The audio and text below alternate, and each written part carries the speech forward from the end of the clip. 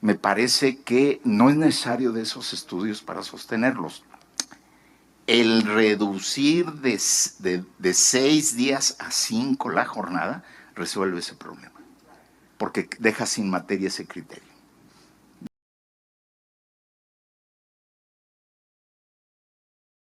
Omar, yo no quisiera dejar pasar este foro porque probablemente no pueda volver a hablar sin decirles que el 24 de abril del 2023 se llevó a cabo un foro previo a la votación del dictamen en la Comisión de Puntos Constitucionales en esta Cámara de Diputados, y fueron invitados todos los sectores patronales y obreros, a excepción de Coparmex, por un descuido inexcusable de mi parte. Todos los demás fueron invitados. Corroboraron invitación Canacintra a través del señor Raúl Maillard y Canaco a través de José de Jesús Rodríguez Cárdenas. Ese mismo día del foro cancelaron. No hallábamos ni a quién meter en su lugar de ponentes. Fue una onda, muy mala onda, porque creyeron que no iba a pasar. Y cuando eso me pasó, me recordé que nuestro presidente, cuando andaba en campaña, prometió aumentar el salario mínimo al 100%. Y todos los empresarios decían, tan loco, hombre, que andaba aumentando el 100%, pues si no aumentamos más del 4%, porque se dispara la inflación. Y sí lo aumentó.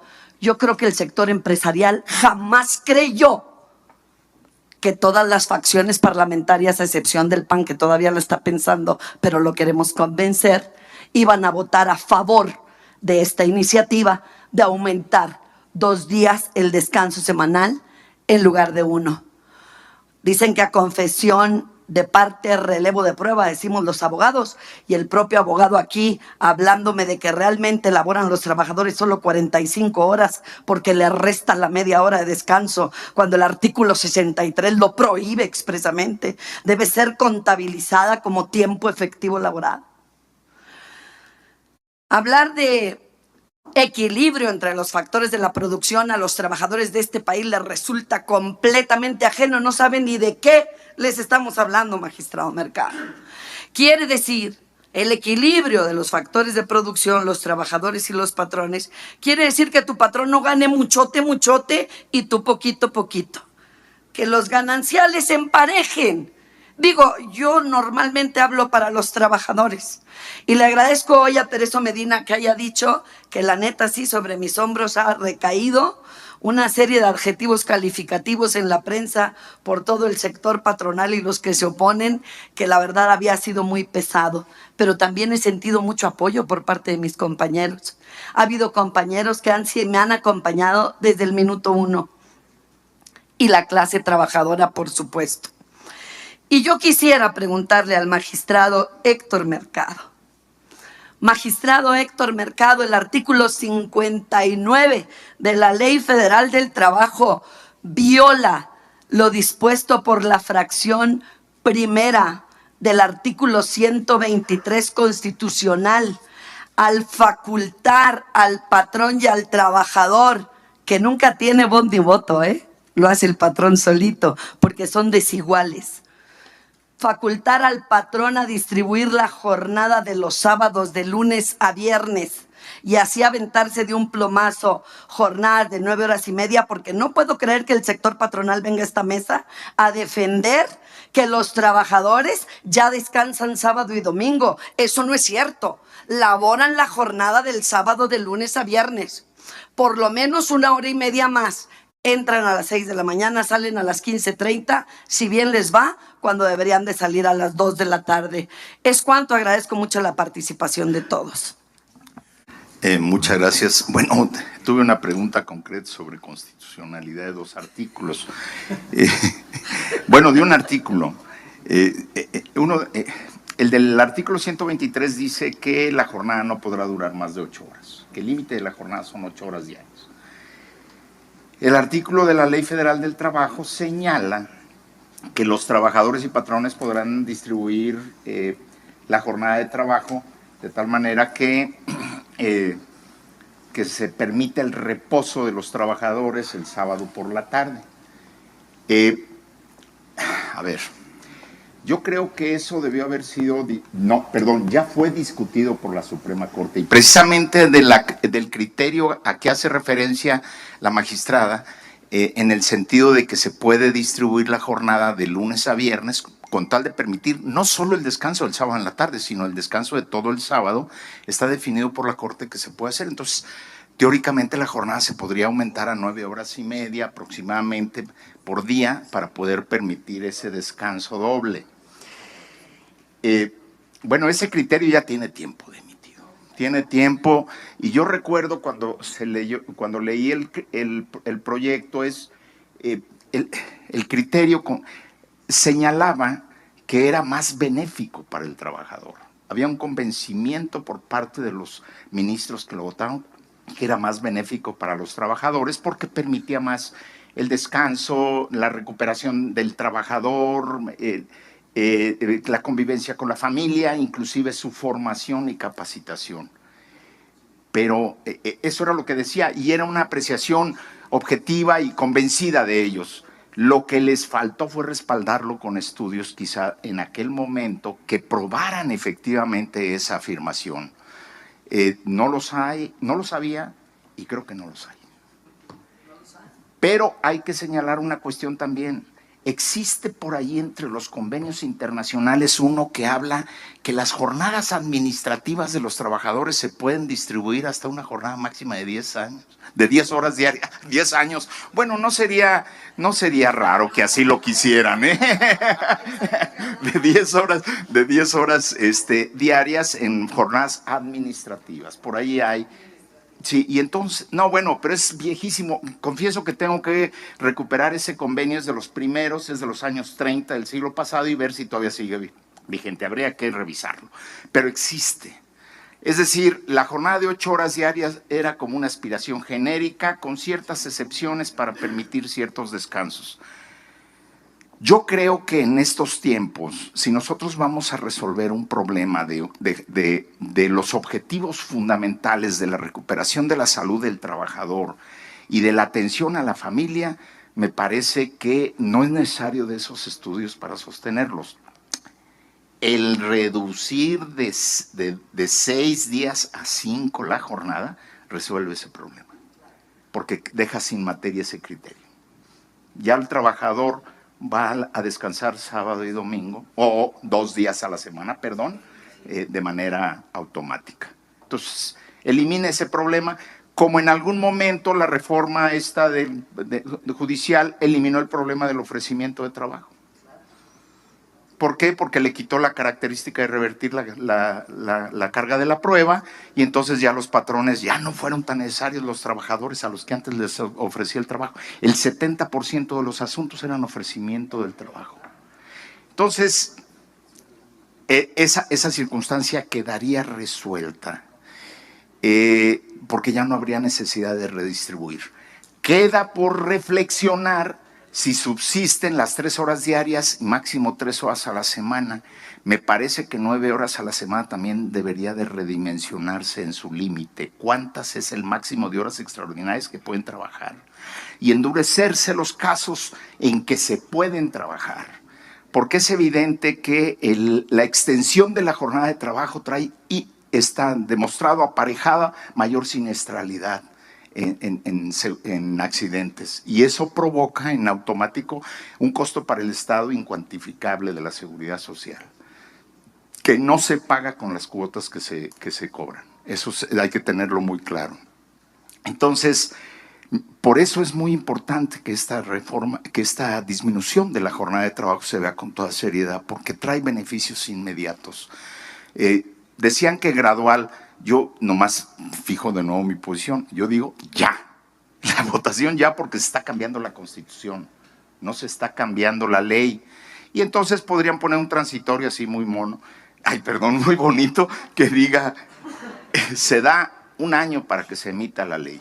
Y ahí que se hagan todos los estudios y todas las discusiones económicas, de salud, de lo que sea, para ver su instrumentación, de cómo se lleva a cabo, cuáles son sus máximos, sus mínimos, etcétera, etcétera, para sacar la ley, que a su vez ahí podrían darse 1 año más.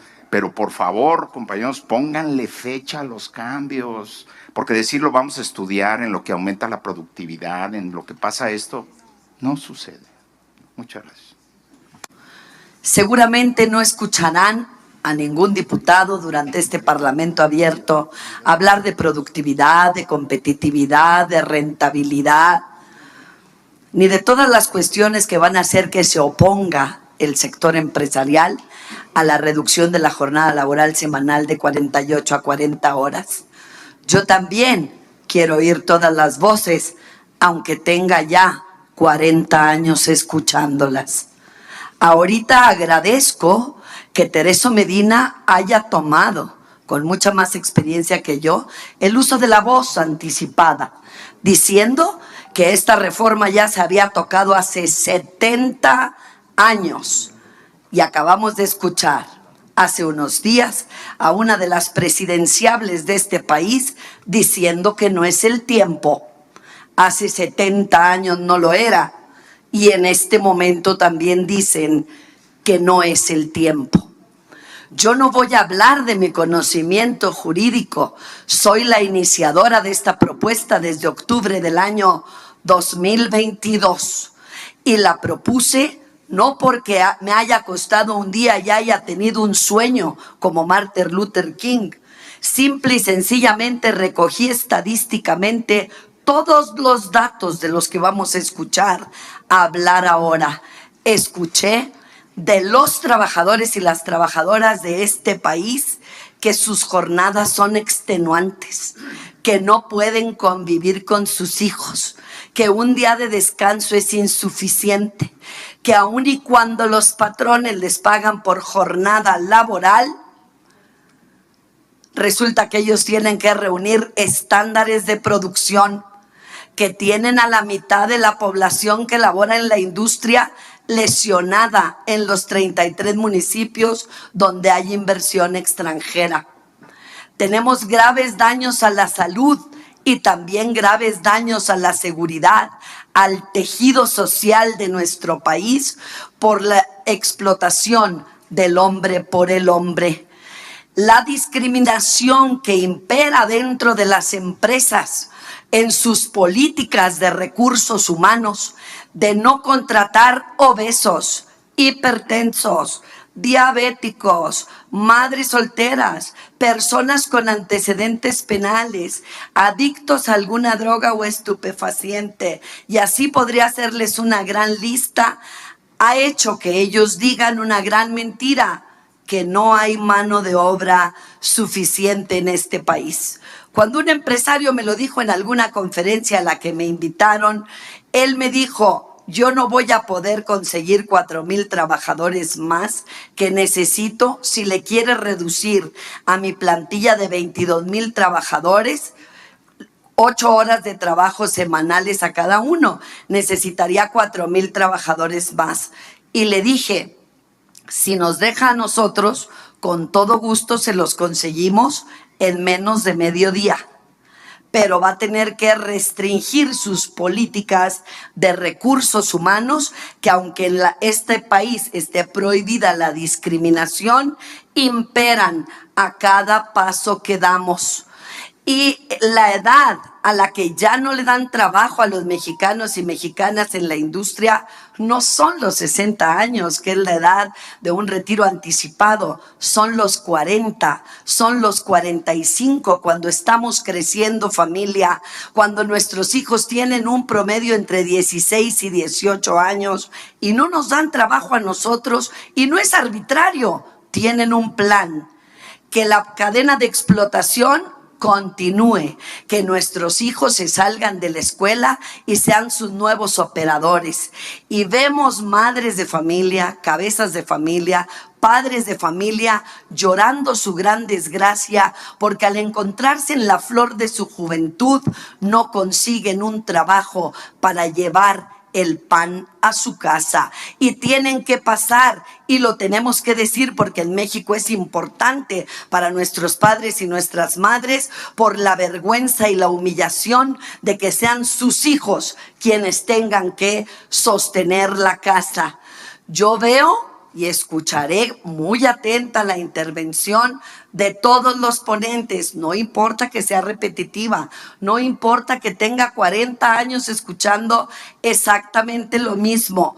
Esta iniciativa no tiene otro objetivo que la justicia social. Se lo debemos a los trabajadores y las trabajadoras de México. Lo único que podría tener razón la clase empresarial es que se van a elevar un poco sus costos, pero la justicia social va a tener mejores resultados en productividad para ellos.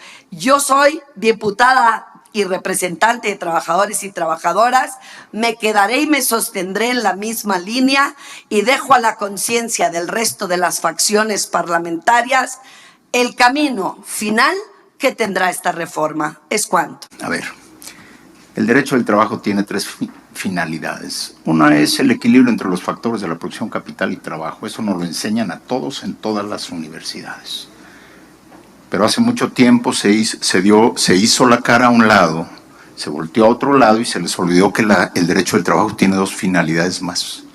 La protección del trabajador en su salud, en sus condiciones concretas de trabajo y, ojo, la protección de la familia del trabajador. Si uno hace una lectura cuidadosa de la ley, están implícitos en sus contenidos esas cuestiones. Y el voltear la cara hacia otro lado significó olvidarse de reivindicaciones fundamentales de los trabajadores. De 1977 al año 2000, el salario mínimo se depauperó en un 80%. Cuando el salario mínimo debería de alcanzar para el sostenimiento de una familia, no de un trabajador, hoy en la actualidad ni siquiera alcanza para el propio trabajador. Pensar que un trabajador gane lo que ganaba en agosto de en el año de 1977 en salario mínimo equivaldría a 450 pesos más o menos de ahora, y no lo tienen. Han existido grandes esfuerzos, pero todavía estamos en deudas. Durante 40 años sistemáticamente se depauperó las condiciones de trabajo de los trabajadores para ser competitivo, bajo el argumento de que era la forma de hacer competitivo a México respecto de la emergencia de China y de otros países emergentes en las economías mundiales. El costo fue durísimo, tan durísimo que Estados Unidos estimó que estábamos haciendo una competencia desleal y presionó en 2016 para que se hiciera la reforma laboral que hoy tenemos en marcha. Esa presión internacional se juntó con ciertas reivindicaciones de sectores progresistas de este país que empatan con la necesidad de reivindicar las justas reclamos de los trabajadores toda su vida. Entonces, yo creo que sí, diálogo social, pero sin voltear la cara hacia otro lado.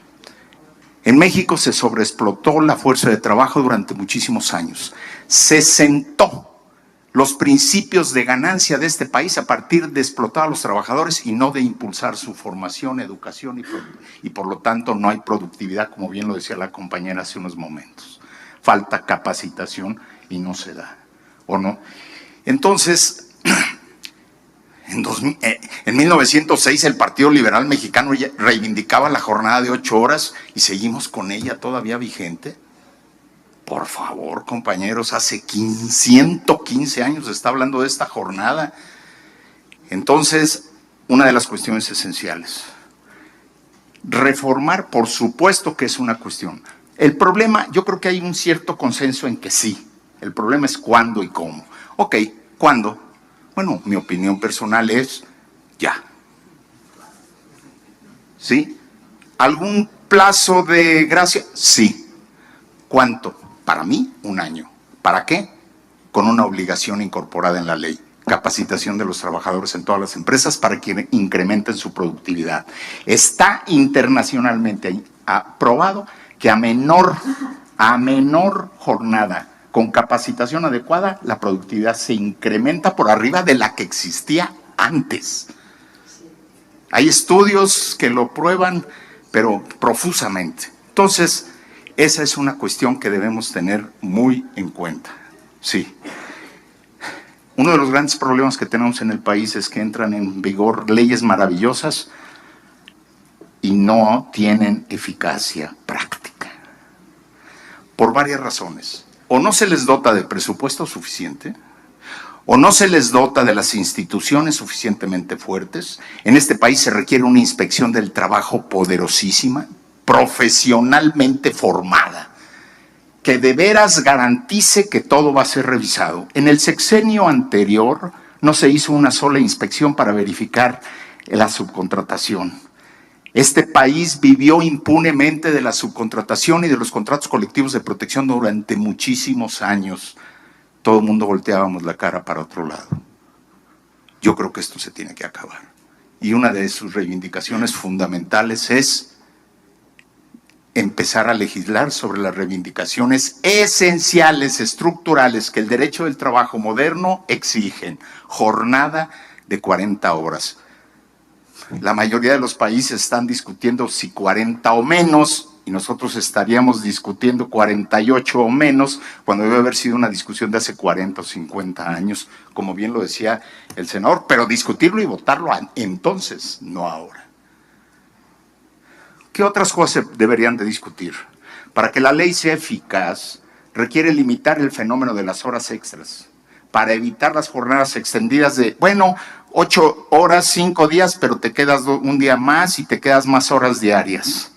Creo que ha sido una peligrosísima trampa que las primeras 9 horas corran a favor del, el patrón le corresponda aprobarlas y las demás el trabajador. Cuando un trabajador labora 15 o 16 horas a la semana, las otras 7 no las pagan porque nunca las va a aprobar en un solo juicio. No las va a aprobar. No tiene manera el trabajador de probar esas horas extras. Y entonces se les explota y trabajan gratuitamente o por salarios como quieren. Estamos en un momento muy complicado y ya con esto termino, perdón. La tecnología está comiéndose el trabajo. Si no capacitamos como el eje central de la productividad y de la oportunidad para el trabajador, para el trabajo, disminuyendo la jornada de trabajo para generar más plazas para trabajadores, la crisis social va a ser profunda.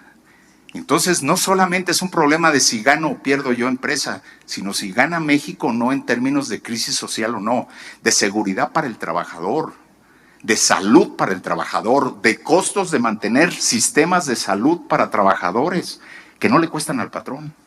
Bueno, le cuestan las cuotas de seguridad social, pero el costo es inmenso. En otros países, patrón que no da capacitación, no le cubre el seguro social nada. Tiene que demostrar que dio la capacitación para que acceda el trabajador a la seguridad social. Y aquí no, aquí lo inscriben y se olvidan de él. Medidas de seguridad, quién sabe, puede ser, es posible a lo mejor. Sí, mi pymes y todo eso estoy de acuerdo, hay que discutirlo, pero no volteemos la cara. El panorama es mucho más amplio que decir productividad. Es hablar de seguridad social, es hablar de salud, es hablar de dignidad para el trabajador. Muchas gracias. Bueno, vamos a hablar de esta interesante iniciativa en la que se plantea no nada más la reducción de la jornada laboral, sino 2 días de descanso. ¿Por qué? Porque el ser humano necesita crecer. Y para que un ser humano crezca, haríamos un símil con los tapices del siglo XVII. Estos tapices se caracterizan por tener un entramado a 3 hilos. Y estos 3 hilos en el trabajador son la dimensión física, la dimensión mental y la dimensión anímica. Para que una persona pueda ejercitar el cuerpo, que es la dimensión corporal, dormir 7 horas, tener una postura adecuada y respirar de manera profunda, requiere un descanso. Y esto se lo dan 2 días a la semana. La dimensión mental no la podemos descuidar. Estamos conformados en el cerebro por 100,000 millones de neuronas y la misma cantidad de conexiones. El tubo digestivo tiene 500 millones de neuronas y el corazón 45,000 neuronas. ¿Por qué hablo de esto? Porque una persona que está sometida a una jornada excesiva tiene, según la norma oficial mexicana, 35 problemas a nivel mental, digestivo y del corazón. Pasada cierta cantidad de horas de trabajo, y lo dice la iniciativa y lo dice la Organización Internacional del Trabajo, genera problemas de estrés. Y este estrés genera que pueda producir algunas incapacidades y mayor costo en los sistemas de seguridad social. En cuanto a la dimensión anímica, que es la cohesión que mantiene al ser humano, para que una persona pueda encontrarse feliz necesita tiempo, y es un tiempo para la familia, un tiempo para el trabajo y un tiempo para dormir y para todo que se necesita cohesionar. Y entonces hablamos sobre los convenios sobre seguridad y salud de los trabajadores, el 155 de 1981 y el convenio sobre el marco promocional para la seguridad y salud en el trabajo 2002, convenio 187. Ahora son convenios fundamentales. Esta es una reforma que promueve que no se pasen o se trasladen los costos de las empresas a los trabajadores como siempre ha sucedido. Estamos en un derecho del trabajo amenazado por las tecnologías de la información y debemos de vincular a esos empleadores de plataforma que no son nada más apps, son personas con nombres y apellidos, cuyas ganancias, si leen ustedes a David Yoste, y sobre las plataformas tecnológicas verán que es más de 1,000,000% de ganancia. Es una ganancia importante. ¿Qué podría yo hablar en cuanto a la ley reglamentaria, la Ley Federal del Trabajo, cuando se establezca no este descanso hebdomadario que tenemos en el 123 original que copió el Tratado de Versalles, bueno, hay teorías al respecto, sino de estos 2 días de descanso? ¿Qué es lo que tendríamos que cuidar? Efectivamente, las pequeñas y medianas empresas, quizá habría de pensar que una pequeña empresa no tiene más allá de 30 trabajadores y una mediana empresa más allá de 60 trabajadores. Las demás se tienen que sujetar a las reglas. Sobre estas empresas, además del año de gracia de que habló el ponente que me antecede, yo diría exenciones fiscales para que puedan salir adelante. Una moneda de cambio para que también puedan salir adelante estas empresas que dan el 85% del salario al país. Lo que no es posible pensar es que sigamos con una jornada tan amplia cuando los países que nos anteceden en mayor productividad y que capacitaron a sus trabajadores hablan de 32 horas. Habría que pensar entonces en hacer este intercambio importante con las pymes, vincular a las empresas de plataforma, vincular a las empresas que tienen 61 trabajadores y más, y pensar muy seriamente en que la productividad se va a elevar en el sentido de que este entramado de tapices del siglo XVII se pueda conformar en estas dimensiones física, mental y anímica. Muchas gracias. Y no nada más a los que estamos en la mesa, sino al pueblo de México y a los trabajadores. En esta gestión con el señor presidente Andrés Manuel López Obrador, que he tenido la oportunidad de presidir la Comisión del Trabajo en la legislatura anterior y también en esta, más de 5 años en esa mesa, no pueden regatearle a esta legislatura y a este gobierno los avances en derecho laboral. El problema de este país sigue siendo la impunidad, y agradezco a esos buenos patrones que han sido solidarios en aumentar el sueldo, las vacaciones y todo lo que ya se ha tocado en este punto, en esta mesa. No pueden regatear eso, pero en algo quiero aterrizar. La magistrada se metió con los temas de salud, yo soy médico, entonces yo me voy a meter en los temas jurídicos y de derecho y diagnóstico. El diagnóstico es, ¿estamos o no estamos de acuerdo que son justas las 40 horas y abandonemos las 48? Esa es la pregunta para todos y para todo México. ¿Es justo que bajemos a 40? Y la mayoría va a ser justo. Y no le quiero preguntar nada más a los trabajadores, porque si al trabajador le dice que vas a trabajar menos, va a estar de acuerdo. Y si a los empresarios les dices que va a pagar menos impuestos, todos van a estar de acuerdo. Aquí ocupamos el punto medio. Entonces, ¿es justo las 40 horas? Sí, sí es justo. Muy bien. Ahora, ¿es cómo? No podemos seguir esperando otros 50 años en el tiempo. Es ya. Y por eso vinieron, porque hubo una iniciativa donde los obligó a todos a venir a la mesa, si no, no vienen. Y me queda bien claro que la producción en este país y a nivel mundial era a espalda del sudor de los trabajadores. Demos vuelta a la página, no es buenos contra malos, es cómo nos va bien a todos. Me queda claro que en las vacaciones flexibles fui un monstruo porque decían que quería reducir vacaciones. No, quería que fueran flexibles por las pequeñas y medianas empresas. Solamente quiero lo justo. No trabajo para los empresarios, pienso como trabajador. Pero me queda claro que la única forma en este país que haya trabajadores es que haya empresas. Entonces, sí es justo En tiempo es ya. En el cómo, sentémonos a la mesa, corramos el lápiz, ¿cómo? Y lo hacemos, porque es justo y ya es tiempo. Y esta legislatura va a apoyar a todos, empresarios y trabajadores. Simplemente vamos recuperando y achicando esa brecha en la cual a los trabajadores se quedaron atrás, teniendo en cuenta a esos pequeños emprendedores que le dan la mayoría de los trabajos de este país. ¿Por qué? Por salud mental, por salud física y por el bien de nuestro país. Sentémonos todos, empresarios, trabajadores, y me queda claro que los trabajadores están allá en la maquiladora. No se preocupen, aquí estamos los legisladores. Vamos a escuchar a todos, pero lo mejor para el país es justo, es ya, nada más díganos cómo. Y en el ceder está el ganar. No va a haber vencidos ni vencedores, es tratar de convencer solamente, escuchar antes de hablar, convencer, y en el ceder está el ganar. Queremos esto para los trabajadores, digan cómo y cuándo y nos ponemos de acuerdo, y esto va a ir en beneficio de México, y que ese nearshoring no se vaya ni quite los ojos de nuestro país, con todo y los demás defectos que tenemos. Esta legislatura no le pueden regatear lo que hemos peleado por los trabajadores, y apoyo a los grandes empresarios que han hecho que esto sea real en este país. Hay muy buenos, qué bueno que la mayoría son buenos, pero hay otros que impunemente siguen sin pagar vacaciones. Y también quiero decir que la mayoría son buenos trabajadores. Ya vemos muchos que si me dicen 6, de todos modos haré como que me pagan 4. No estoy de acuerdo con ellos. Así es que construyamos el futuro de este país, y este es el tiempo. Muchísimas gracias. Desde los días que me siento orgulloso de ser diputado, hacía mucho que no me pasaba que coincidía con las intervenciones de todos y cada uno de las personas que hablaron antes de mí. Es el primer punto.